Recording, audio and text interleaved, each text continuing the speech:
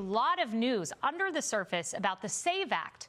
This is a bill to safeguard our elections and require proof of U.S. citizenship before voting, among other provisions. Now, our conversation on this started with Scott Presler, who has been calling on Senate Majority Leader John Thune to allow a vote every day since January 1st. Earlier this month, Scott joined me here to make his case. The American people demand Senate Majority Leader John Thune bring a vote on the Safeguard American Voter Eligibility Act, and let's have proof of citizenship to register to vote. We have this one moment in history with Donald Trump at the helm, with a trifecta Republican government. I say nuke the gosh darn filibuster, pass law after law after law.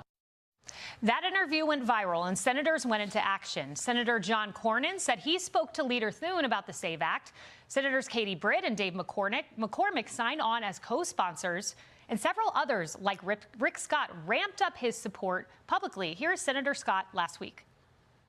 However we do this, all right, whether it's part of the spending bill this week, whether it's a separate bill, whether we have to stay there, you know, and do a standing filibuster, whatever it's going to take, we got to get this passed. We've got to secure our elections. I can't imagine a Republican senator that would vote against, you know, making sure that you have to have proof of citizenship to register to vote and to vote. Now, how could anybody? I don't know how a Democrat could be against this. Yeah. After that interview came an avalanche of support for the SAVE Act. You see it here. The tally now sits at 49 co-sponsors, and Senate Majority Leader John Thune said this week he will allow a vote. They are still modifying the bill. It includes right now a requirement that you be a citizen to register to vote, but it doesn't include a requirement that to vote you be a resident. That's being fixed and addressed, and I think the new bill that comes out hopefully will deal with that. But, I mean, at some point we'll have that vote. Tennessee Republican Senator Marsha Blackburn, who's a co-sponsor, joins me now. Senator Blackburn, as we look at this, I believe there are either 4 or 5 Republican holdouts, and I'm curious, what's the holdup for some of your Republican colleagues? Well, I never speak for my colleagues, Kayleigh, but I will tell you this. It is important that people be a citizen, that they show proof of citizenship to register and to vote. And in Tennessee, we have been ranked #1 when it comes to safe elections.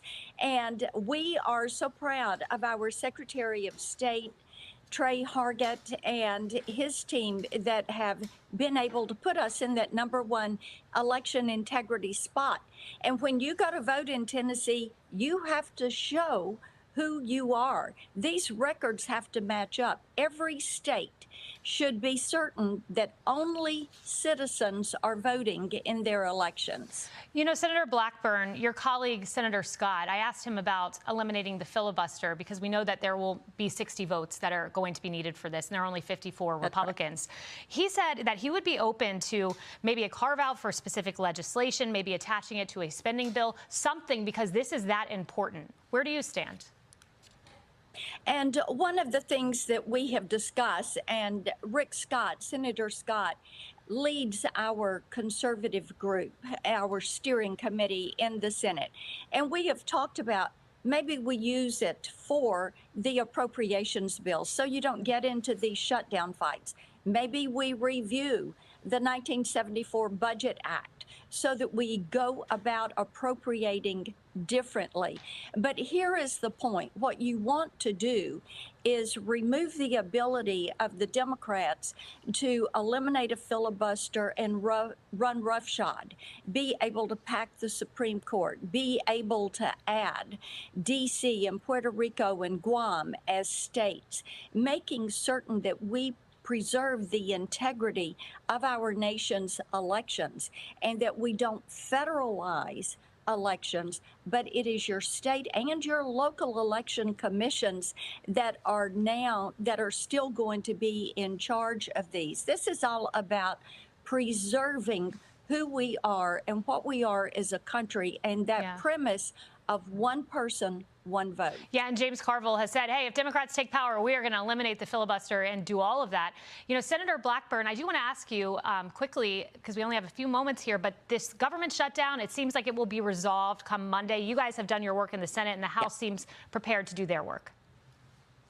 Indeed, and it is so vitally important that in passing these appropriations bills, Kaylee, we have moved from the Biden COVID era budget to the Trump Republican budget. And for the first time in decades, we're bending the curve for spending. We're bending it down. That is really a big step to put us on the path to doing more cutting, more elimination, more rooting out waste, fraud, and abuse, and really tackling this in the manner that President Donald Trump has set forth. And I think it's a big victory for us that we've been able to get back to regular order when it comes to the appropriations process. Thank you very much, Senator Blackburn.